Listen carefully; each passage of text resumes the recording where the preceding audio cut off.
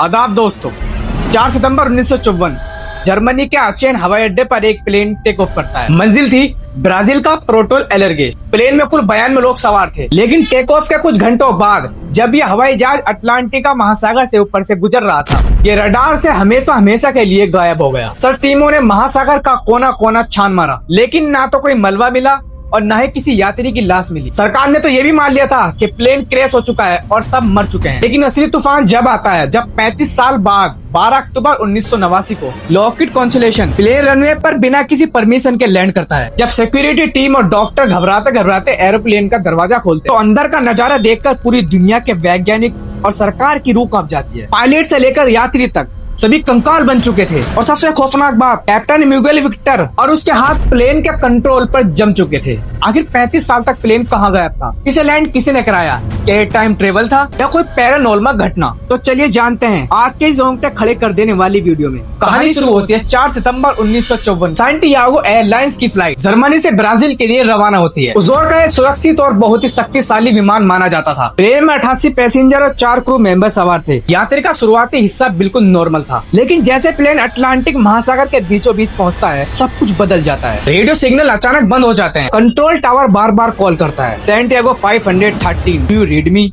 लेकिन दूसरी तरफ से बिल्कुल सन्नाटा। ब्राजील और जर्मनी की रेस्क्यू टीम ने महासागर में बड़े पैमाने पर सर्च ऑपरेशन चलाया, लेकिन अजीब बात तो ये थी कि समुद्र में ना तो कोई तेल का रिसाव मिला और ना ही कोई तैरता हुआ मलबा। प्लेन हवा में ऐसा गायब हो गया जैसे वो कभी वजूद में था ही नहीं। आखिरकार 1954 के अंत तक एयरलाइन बंद कर दी गई और मान लिया गया कि प्लेन समुद्र में समा गया। समय बीतता गया, 10 साल, 20 साल, 35 साल। लोग इस हादसे को भूल चुके थे और फिर आता है 12 अक्टूबर 1989। ब्राजील के पोर्टो एलेग्रे एयरपोर्ट का कंट्रोल टावर रोज की तरह नॉर्मल लग रहा था। तभी अचानक रडार पर एक अनआइडेंटिफाइड प्लेन दिखाई देता है। अजीब बात तो ये थी कि प्लेन ने कंट्रोल टावर से लैंडिंग की कोई इजाजत नहीं ली, न ही कोई रेडियो सिग्नल भेजा था। एयरपोर्ट 18:30 में अफरा तफरी मच जाती है। उन्हें लगा कि शायद प्लेन हाईजैक हो चुका है या कोई इमरजेंसी है। प्लेन चुपचाप रनवे पर उतरता है, बिल्कुल परफेक्ट लैंडिंग करता है और इंजन बंद हो जाता है। एयरपोर्ट पुलिस और स्पेस फोर्स हथियार लेकर प्लेन को चारों तरफ से घेर लेती है। सावधानी के साथ प्लेन का दरवाजा खोला जाता है। अंदर जाते ही एक अजीब सी ठंड और संधादु की बदबू आती है और फिर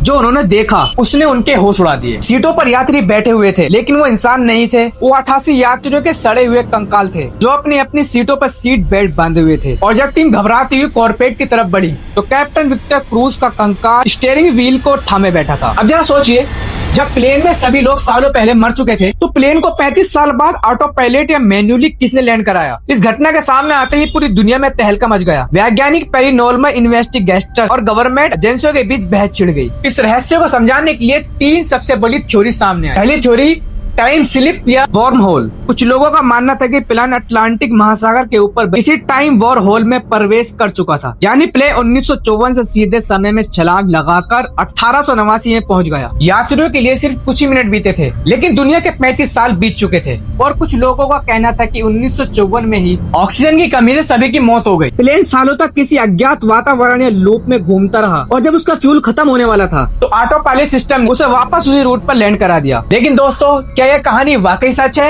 या इसके पीछे कोई बहुत बड़ा झूठ छुपा हुआ है? जब इस घटना की गहराई से जांच की गई तो जो सच निकल कर सामने आया तो वो इस मिस्ट्री से भी चौंकाने वाला था। दरअसल ये पूरी कहानी सबसे पहले 14 नवंबर 1989 को वीकली वर्ल्ड न्यूज नाम से एक अमेरिकी मैगजीन अखबार में छपी थी। और ये मैगजीन किस चीज के लिए जानी जाती थी? मनगढ़ंत और काल्पनिक कहानियों के लिए। ये वही मैगजीन था जो एलियंस और चमगादड़ मानव की झूठी खबरें छापने के लिए मशहूर थे। जब इतिहास के पन्नों को खंगाला गया तो पता चला कि सैंटियागो एयरलाइंस नाम की कोई एयरलाइन 1954 में थी ही नहीं, और न ही 1954 या 1989 में ब्राजील में ऐसी किसी फ्लाइट का कंकालों से भरे प्लेन की लैंडिंग का कोई ऑफिशियल अविश्वसनीय रिकॉर्ड मौजूद है। भले ही सैंटियागो फ्लाइट 513 की कहानी एक अर्बन लेजेंड या काल्पनिक स्टोरी हो, लेकिन इस कहानी ने कई दशकों तक दुनिया को पूरी चौंका कर रखा और आज भी इंटरनेट की सबसे मशहूर मिस्ट्रीज में से एक है। अगर आपको इस दिमाग घुमा देने वाली रहस्य कहानी पसंद आए तो वीडियो को लाइक करें और ऐसे ही रोमांचक वीडियो देखने के लिए हमारे चैनल को सब्सक्राइब